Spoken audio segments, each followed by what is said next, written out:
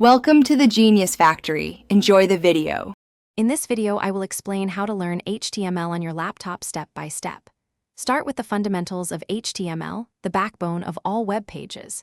You'll learn how to structure content using various elements. We'll begin by selecting a good text editor, like Visual Studio Code, which offers excellent features for developers. Then, we'll create your first HTML file and save it with a .html extension, ready for your initial code. Next, we'll dive into the core HTML elements.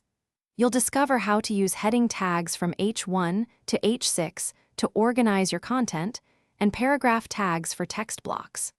We'll also cover creating ordered and unordered lists, adding hyperlinks to other pages, and embedding images to make your web pages visually engaging. Consistent practice is key to mastering HTML. Start by building simple projects, like a personal resume page or a basic blog layout. Experiment with all the tags you've learned, trying different combinations.